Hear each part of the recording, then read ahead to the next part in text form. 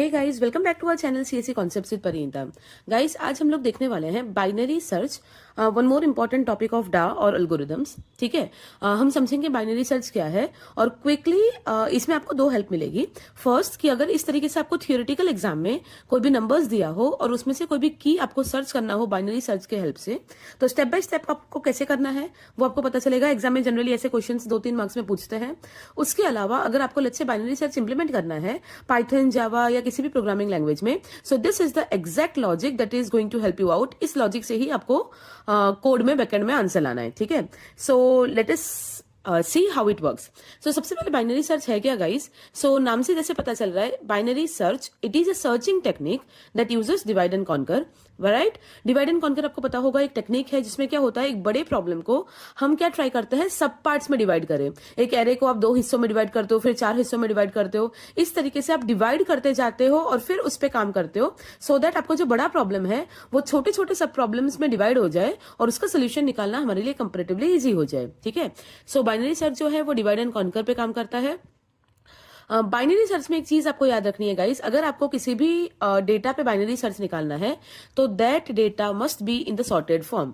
तो अगर आपको कोड में या क्वेश्चन में एग्जाम में कोई भी ऐसा डेटा दिया है जो कि सॉर्टेड नहीं है, तो उसको आपको पहला काम क्या करना है, उसको कोड के हेल्प से या एग्जाम में डायरेक्टली लिख के पहले आपको उसको सॉर्टेड फॉर्म में लिखना है, असेंडिंग ऑर्डर में लिखना है, और उसके बाद ही आप उस पर बाइनरी सर्च का लॉजिक अप्लाई कर सकते हो। ठीक है, सो this is something that you should be remembering. So binary search basically क्या करता है गाइस, कैसे काम करता है कि अगर लेट्स से आपके पास 10 नंबर्स है, ठीक है, तो 10 नंबर्स है अगर, तो उसका इंडेक्स क्या होगा, 0 to 9। राइट, तो अगर n नंबर्स है तो क्या होगा, इंडेक्स 0 to n-1। अब हम क्या करेंगे, ये आपको एक नंबर का सीरीज दिया होगा और उसके साथ आपको की दिया होगा कोई भी एक वैल्यू, जो वैल्यू आपको यहां से सर्च करना है। ठीक है, तो आइडियली हम लोग क्या करते हैं कि a ऑफ m, हम सबसे पहले की का कंपेरिजन करते हैं हमारे मिड वैल्यू से।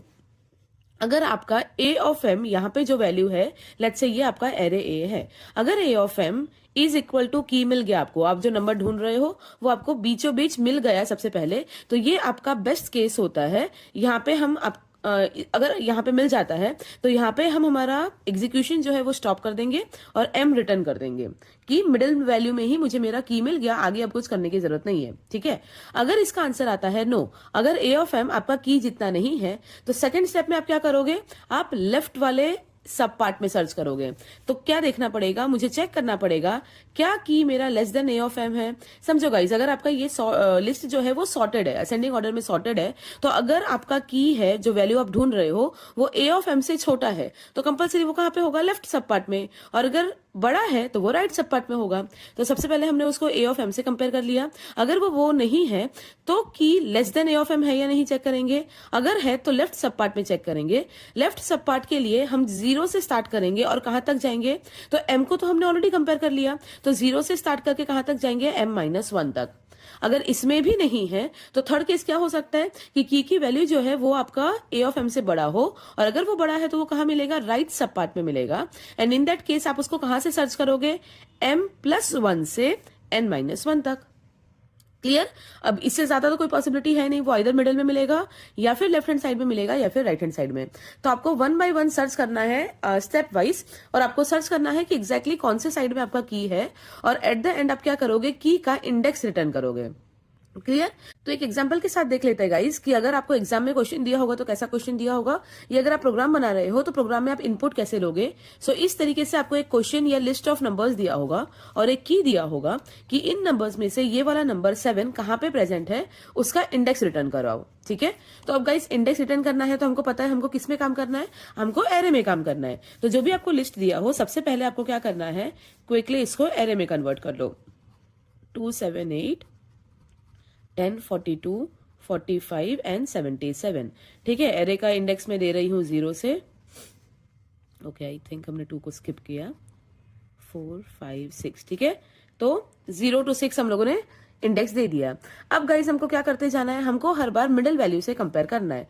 तो procedure, how the procedure goes कि बाइनरी सर्च 3 वेरिएबल पे काम करता है, लो, हाई एंड मिड। ये तीनों चीजें आपको ढूंढते रहना है। लो क्या है, आपका लोएस्ट इंडेक्स, सो यहाँ पे आपका लो बन जाएगा 0। हाई क्या होगा, हाईएस्ट इंडेक्स हमारा क्या है गाइस 6। अब लो और हाई आपके पास हो, फिर आपको तीसरी चीज क्या निकालनी है, मिड। ये जो एम की हम बात कर रहे थे ना, that is our mid value, ठीक है। तो लो और हाई मिलने के बाद मिड आपको कैसे मिलेगा, mid is simply low plus high divided by 2, ठीक है। ये फॉर्मूला आपको याद रखना है, नॉर्मल जो अपन एवरेज निकालते हैं ना वही है। तो लो आपका 0 है, हाई आपका 6 है, divided by 2 that is equal to 6/2 that is equal to 3। तो उसका मतलब क्या है, ये जो है ये आपका मिडिल वैल्यू है, थर्ड वाला इंडेक्स, राइट। ये याद रखना है गाइस, लो हाई और मिड ना हमेशा आपके इंडेक्स के वैल्यूज होंगे, अंदर के वैल्यूज नहीं होंगे, क्लियर। तो अब m आपको क्या मिल गया 3। अब हमने क्या देखा था, सबसे पहले हमको की को कंपेयर करना है a ऑफ m से। तो चलो कंपेयर करते हैं, क्या हमको जो की दिया है वो a ऑफ m जितना है, क्या मिडिल में ही मेरी वैल्यू है। तो की मुझे दिया है 7 equal to a of m मतलब 3, a ऑफ m है या नहीं, a ऑफ 3 मेरे पास क्या है, a ऑफ 3 दैट इज 10। तो 7 इज इक्वल टू 10 है, इसका आंसर है नो। की मिडिल वाला वैल्यू मेरा की नहीं है, उसका मतलब वो इधर लेफ्ट हैंड साइड में होगा या राइट हैंड साइड में होगा। तो चलो पहले क्या चेक करते हैं, पहले लेफ्ट हैंड साइड में चेक कर लेते हैं। Okay, so left hand side में अगर होगा तो कैसे पता चलेगा है या नहीं, तो हम चेक करेंगे क्या की less than a of m है, राइट। की आपका क्या था 7, a ऑफ m क्या था 7, so sorry 10, right. 7 and a of m हमने फाइंड किया 10। सो अभी हम चेक करेंगे कि क्या 7 लेस देन 10 है, 7 is less than 10, answer is yes, right, answer is yes. तो जब भी इसका आंसर यस आए, आपका जो की एलिमेंट है ना वो a ऑफ m से छोटा है। तो जब भी छोटे वैल्यूज है, सॉर्टेड ऑर्डर में है हमारे पास वैल्यूज, तो अगर की छोटा है a ऑफ m से, तो उसका मतलब वो कहां पे बिलोंग करेगा गाइस, लेफ्ट वाले सब पार्ट में, राइट। तो अगर 7 मुझे a ऑफ m से कम मिला है, that means therefore find in left सब एरे। अब जब भी आप इधर लेफ्ट सब एरे लिख रहे हो ना, उसके साथ साथ आपको लेफ्ट वाला सब एरे बना लेना है। तो लेफ्ट सब एरे मतलब मिड आपका क्या था 3, तो ये आपका मिड वैल्यू था, तो उसको कंसीडर नहीं करना है। उसके इस साइड जो नंबर्स है ना गाइस, वो आपके सब एरे में आएंगे। तो कितने नंबर्स है, 2, 7, 8, 3 नंबर्स है। तो फाइंड इन लेफ्ट सब एरे, लेफ्ट सब एरे क्या है, 3 वैल्यूज है 2, 7, ये तीनों 2, 7 और 8, इंडेक्स है 0, 1, 2। तो अब वापस क्विकली, इसका लो क्या है, लोएस्ट इंडेक्स 0, हाई क्या है, हाईएस्ट इंडेक्स 2, तो फिर मिड क्या मिलेगा, low plus high divided by 2 that is equal to 1। अब वापस चेक करो, key equal to a of m है, की वैल्यू क्या दी है हमको, क्वेश्चन में 7 दिया है, right, this key is given as 7। So 7 is equal to a of m, m क्या है आपका 1, सो a ऑफ 1 क्या वैल्यू है 7, 7 इक्वल टू 7, यहीं पे हमको मिल गया। So the answer is yes. So key that is 7 is found in the index, it is found in the index m, और ये लास्ट में यहाँ पे m क्या है हमारा 1 दैट इज इक्वल टू 1।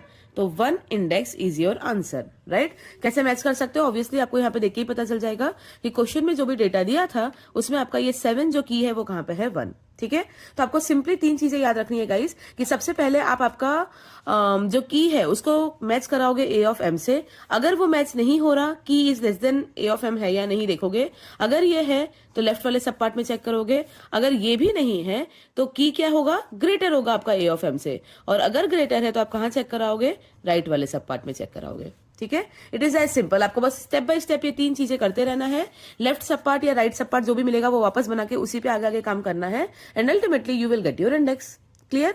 तो अगर आप कोड कर रहे हो या एग्जाम में पूछा गया है, आपको एक्जैक्टली इसी तरीके से करना है।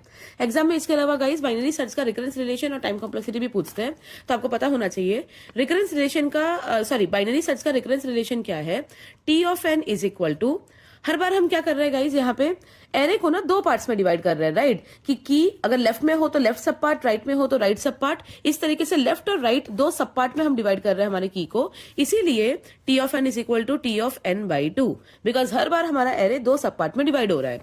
और पीछे हम क्या लिखते हैं, कॉस्ट या डिवाइड एंड कॉन्कर करने के लिए कितने एफर्ट्स लग रहे हैं। तो यहाँ पे गाइस स्टेप हम लोग एक ही कर रहे हैं, अगर आप ध्यान रखो तो, that is comparison, key equal to a of m है या ग्रेटर देन है या लेस देन है, तो सिर्फ कंपैरिजन हो रहा है, उसके अलावा कुछ नहीं हो रहा। So it will take unit time, right. So T of N is equal to T of N by 2 plus 1 is the recurrence relation of binary search. और ये रिकरेंस रिलेशन को गाइस अगर मास्टर्स थ्योरम से आप solve करो, अगर आपको नहीं आता तो मास्टर्स थ्योरम का भी हमने वीडियो बनाया हुआ है, a और b रेश्यो d को कंपेयर करते हैं, वो आप चेक कर सकते हो। तो इसमें मास्टर्स थ्योरम अप्लाई करके, यहाँ पे एक्चुअली मैं करूंगी तो ये वीडियो बहुत बड़ा हो जाएगा, तो लेट्स कीप इट सेपरेट, आप वहां पे जाके एक बार सीख सकते हो। तो वही मास्टर्स थ्योरम अगर आप इस पे अप्लाई करोगे तो आपको टाइम कॉम्प्लेक्सिटी मिलेगा। सी बेस्ट केस इसका क्या है, हमने यहाँ पे देखा था कि डायरेक्टली की आपको ए ऑफ एम में मिल जाएगा, तो वो तो पहला ही स्टेप हो गया, उसमें कुछ करने की जरूरत नहीं पड़ी। तो अगर बेस्ट केस हो तो आपका टाइम कॉम्प्लेक्सिटी होगा ऑर्डर ऑफ 1, और एवरेज और वर्स्ट केस के लिए आप इस पे मास्टर्स थ्योरम लगाओगे तो आपको पता चलेगा it is theta of log N. Clear? So this is the best case time complexity and this is the average and worst case time complexity. So this is all about binary search guys. अगर आपको कोई भी doubt है या इससे ज्यादा अगर आपको कुछ जानना है, आपको कोई और एग्जांपल चाहिए, always feel free to ask in the comment section. Thank you so much.